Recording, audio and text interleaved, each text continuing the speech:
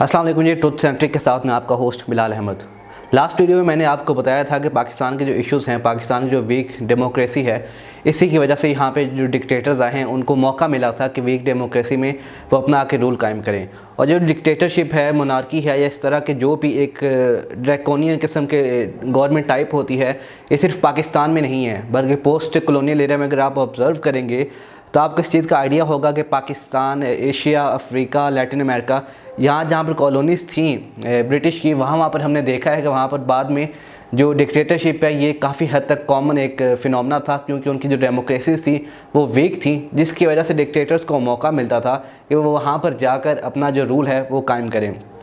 मेरा हाइपोथेसिस ये है कि जो पाकिस्तान में हम अक्सर ब्लेम करते हैं इस्टेब्लिशमेंट को कि इस्टेब्लिशमेंट हर चीज़ की ज़िम्मेदारी है, मेरा मानना ये है कि पाकिस्तान में जो इस्टेब्लिशमेंट को इस हद तक इंटरवीन करने दिया गया, जो इस्टेब्लिशमेंट ने डोमिनेट किया है, उसकी जो वजह, इकलौती वजह वो ये है कि पाकिस्तान की जो डेमोक्रेसी है यही वीक है। और इसको वीक करने में उनका हाथ नहीं है, बल्कि इसको वीक करने में जो पाकिस्तान की डेमोक्रेटिक पार्टीज़ हैं वही हैं।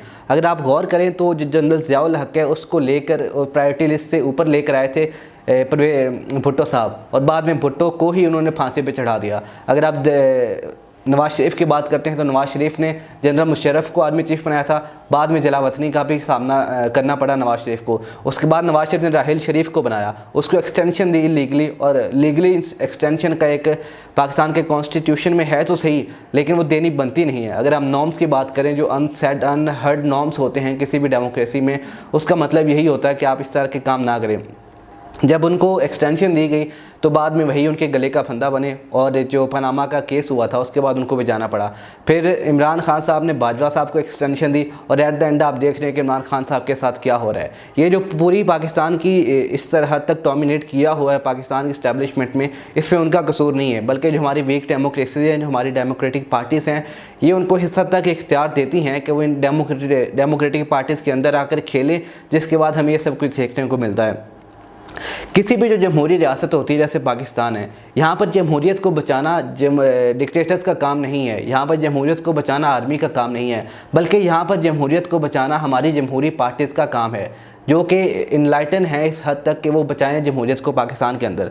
लेकिन हमारी जो जमहूरियत है इसकी बुनियाद ही कमज़ोर है। अगर आप पाकिस्तान की जमहूरियत देखें तो जमहूरियत का मतलब ये होता है कि जो आम लोग हैं, जो जमहूर हैं, उनको प्रायोरिटाइज़ किया जाए, उनके जो प्रेफरेंसेस हैं, उनके भले की चीज़ें हैं वो की जाएँ। लेकिन पाकिस्तान में एक एक्सक्लूसिव इंस्टीट्यूशन है। इसका मतलब क्या है कि यहाँ पर जो प्रिविलेज्ड लोग हैं, जैसे कि 3 किस्म के लोग हमें असम्बलियों में देखने को मिलते हैं। सबसे पहले कौन से? सरमायादार।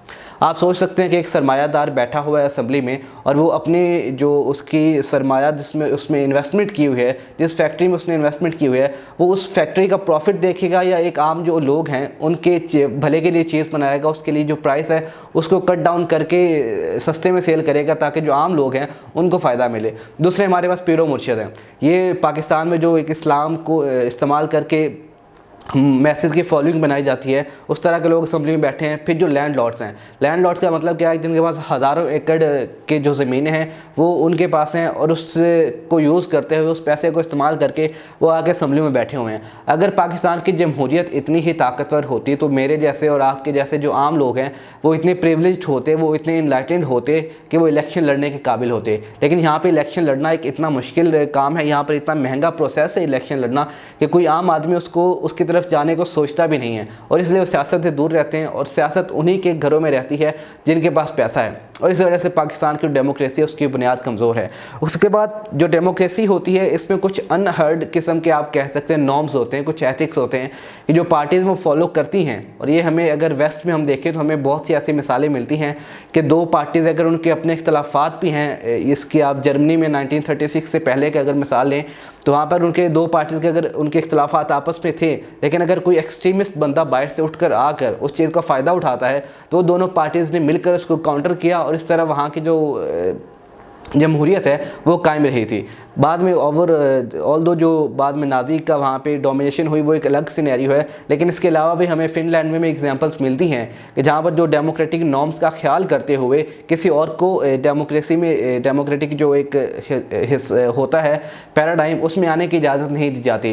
लेकिन पाकिस्तान में क्या होता है कि आपको आइडिया हॉर्स ट्रेडिंग होती है पाकिस्तान में, audio leaks, video leaks, blackmailing, ये वो सारी चीज़ें हैं जो कि जमहूरियत को डिस्करेज डिस्करेज करती हैं। लेकिन पाकिस्तान में ये सारी चीज़ें यूज़ की जाती हैं पाकिस्तान की जमहूरी पार्टीज़ की तरफ से ही अपने ओपोनेंट को डिफेम करने के लिए। अगर आपको 1990s के बाद का दौर याद हो तो पाकिस्तान की जमहूरियत की एक लहर थी, चाहे 2-3 साल रहती थी, लेकिन उस जमहूरी दौर को अगर आप एनालाइज़ करेंगे तो आप देखेंगे तो वहाँ पर जो जमहूरी पार्टीज़ हैं, जो जमहूरी पार्टीज़ के सरबराहान हैं, उन्होंने ही जमहूरियत को मिलान किया। उन्होंने ही अपने ओपोनेंट्स को जीतने के लिए उनको इस तरह से चीप ट्रिक्स इस्तेमाल किए, जिस तरह नवाज शरीफ ने पम्फलेट्स हेलीकॉप्टर से फिंकवाए थे लोगों के घरों में।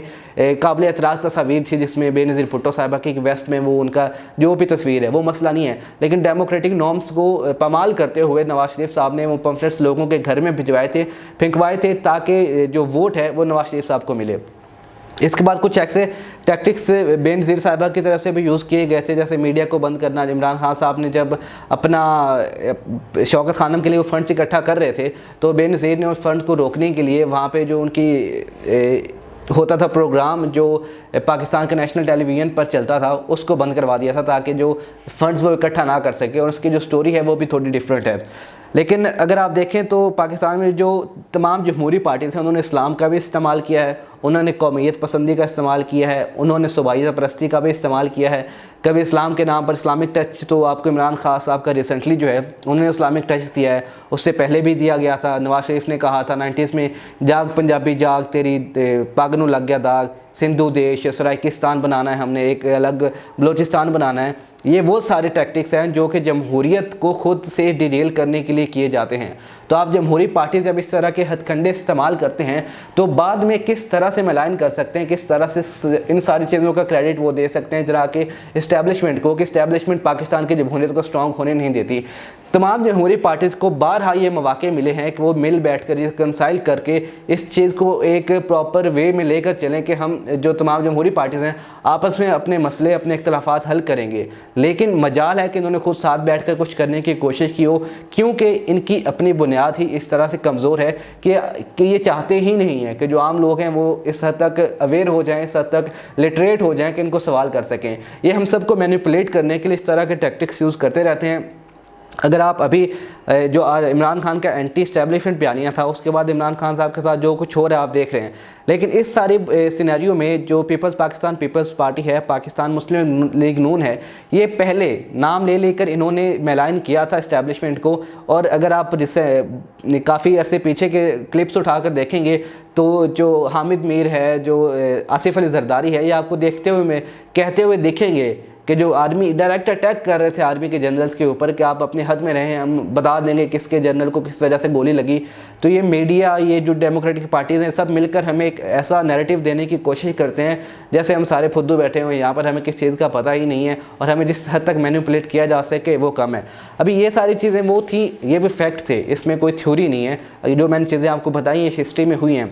लेकिन चार, ये बुक है हाउ डेमोक्रेसीज डाई, इसमें उसने 4 हमें इंडिकेटर्स दिए हैं कि एक तो जो डिक्टेटर्स होते हैं वो तो जमहूरियत को डीरेल करते ही हैं। लेकिन अगर आपने देखना है कि जमहूरियत पसंद जो पार्टीज़ हैं, जो जमहूरियत के होते हैं उसको कायम रखने वाले, उनको किस तरह से आप जज कर सकते हैं कि वो वाकई जमहूरी हैं या वो ऑटोक्रेट्स हैं, यानी कि वो भी डिक्टेटर्स हैं अपनी अपनी पार्टीज़ में। सबसे पहले उसमें दिया गया है कि rejection of weak commitment to democratic rules, मतलब कि जो डेमोक्रेसी के रूल्स हैं उससे उनकी जो कमिटमेंट है वो वीक है या स्ट्रॉन्ग है।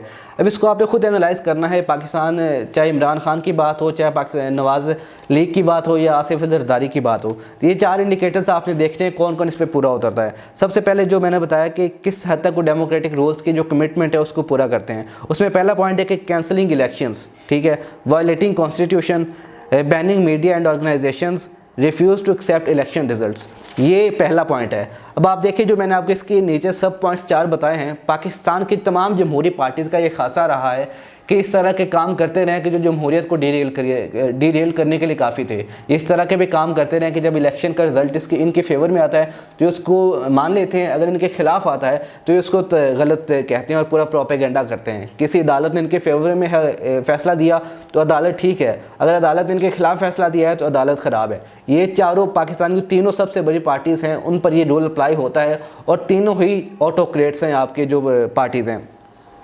दूसरा पॉइंट है denial of legitimacy of political opponents, यानी कि जो आपके पॉलिटिकल ओपोनेंट्स हैं, आप उनको उनके काम की बेस पर किस हद तक जस्टिफाई कर सकते हैं कि वो वाकई ही नाअहल हैं। पाकिस्तान में लेकिन क्या होता है, आप पर्सनल जाते हैं, जिस तरह मैंने पहले आपको बताया कि नवाज शरीफ साहब ने क्या किया था, और अभी भी ये चीज़ें आपको कॉमन है देखने को मिलेंगी कि पर्सनल कि आप उसकी जो कारकर्दगी है अपने पॉलिटिकल ओपोनेंट की, उस पर बात करने की बजाय उनको मैनिपुलेट किया जाता है। कभी उसको काफिर कह दिया जाता है, कभी उसको गद्दार कह दिया जाता है, कभी उसको अमेरिका का यार कहते हैं, कभी उसको मोदी का यार कहते हैं। ये सारी टैक्टिक्स वो होती हैं जिसकी बेस पर आप अंदाज़ा लगा सकते हैं कि किस हद तक आपकी पार्टी के जो लीडर्स हैं वो ऑटोक्रेट्स हैं। और ये भी हमारे तीनों जो लीडर्स हैं, इस सब में ये दोनों खूबियाँ, पहली दोनों खूबियाँ पाई जाती हैं, मतलब ये सारे ऑटोक्रेट्स हैं।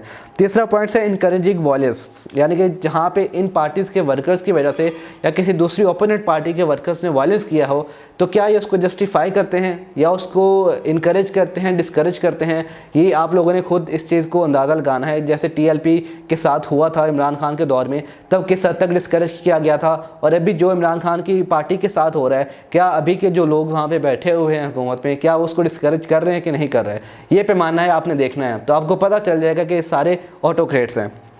जो चौथा है, सबसे last point, curtailing civil liberty. Civil liberty का क्या मतलब है कि आम जो हमारे जैसे सिविलियंस हैं उनको किस हद तक आज़ादी है। क्या इस तरह के रूल्स असेंबली में पास किए जाते हैं जिससे हमारी जो लिबर्टी है उसको मिनिमाइज़ किया जाता है, उसको इनहिबिट किया जाता है, उसको कर्टेल किया जाता है, या इस तरह के रूल्स पास किए जाते हैं जो कि हमारी फ्रीडम है उसको ज़्यादा से ज़्यादा मैक्सिमाइज़ कर सकें। लेकिन अभी तक जो हमें देखने को मिलता है वो ऐसे ही वहाँ पर रूल्स पास होते हैं जिसकी वजह से जो हमारी सिविल लिबर्टी है उस पर सवालिया निशान उठता है, उसको कर्टेल किया जाता है। चाहे वो इदारों पर तनकीद ना करने का बिल हो, चाहे सोशल मीडिया का इस्तेमाल हो, चाहे मेन स्ट्रीम मीडिया पर किस तरह से बात करनी है। ये वो सारी चीज़ें हैं जिसके बाद हमें पता चलता है कि जो हमारे यहाँ सियासी पार्टीज़ हैं वो खुद ही ऑटोक्रेट हैं इन देयर नेचर। वो खुद ही इस हद तक डीरेल करती हैं हमारी डेमोक्रेसी को कि किसी और को मौका मिल जाता है कि वो आकर इस पूरे प्रोसेस के अंदर इन्वॉल्व होकर फिर अपने पसंद के बंदे लाए। अगर आज भी जो पाकिस्तान की जमहूरी पार्टी इस नुक्ते पर आ जाएं कि पाकिस्तान में जो जमहूरियत है वो जमहूरी पार्टीज चलाएंगी, तो मेरे ख्याल से इस्टेब्लिशमेंट को भी इससे कोई मसला नहीं होगा कि जनाब आप अपना जो काम है वो अच्छे तरीके से करें। जब आप मौका देते हैं किसी और को तो उसमें ये चीज़ें होना कोई मुश्किल काम नहीं है। अगर आप खुद इस तरह के इलीगल जो एक्सटेंशन हैं वो देंगे, एथिकल इलीगल जो एक्सटेंशंस हैं, एथिकली इलीगल आप इंसेंटिव्स किसी को देंगे तो वो बाद में आप पर ही चढ़ाई करेगा। इसकी मैं आप एट द एंड स्टोरी एक आपको सुनाता हूँ, उससे आपको इस चीज़ का अंदाज़ा हो जाएगा। स्टोरी क्या है, घोड़े और बारहसिंगा का मुकाबला लगा कि कौन जीतेगा।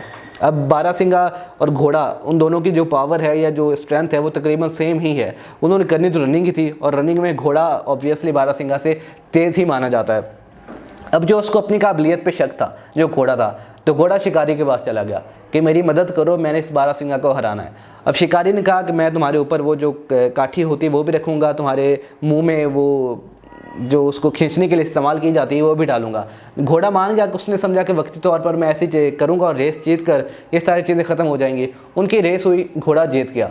लेकिन घोड़ा जब जीत गया और उसने कहा, अपने शिकारी को कहा कि अब ये सारी चीज़ें मेरे ऊपर से हटाओ, अब मैं आज़ाद हूँ, तो शिकारी ने कहा नहीं, तुम आज़ाद नहीं हो, बल्कि अब मैं ही तुम्हें चलाऊँगा, जहाँ मैं लेके जाऊँगा वहाँ पर तुम जाओगे, अब तुम मेरे गुलाम हो। तो ये सबक सीखने के लिए सबके लिए कुछ ज़्यादा मुश्किल काम नहीं है। तो पाकिस्तान की जमहूरी पार्टीज़ को चाहिए जनाब जमहूरियत को ज़िंदा रखने के लिए कुछ तो जमहूरियत के जो आपके नॉर्म्स हैं, एथिक्स हैं, उनको फॉलो करें, और बजाय दूसरों को मैलाइन करने के, दूसरों को क्रिटिसाइज़ करने के, ज़रा हमारे लिए कुछ काम करें। थैंक यू, अल्लाह हाफिज़।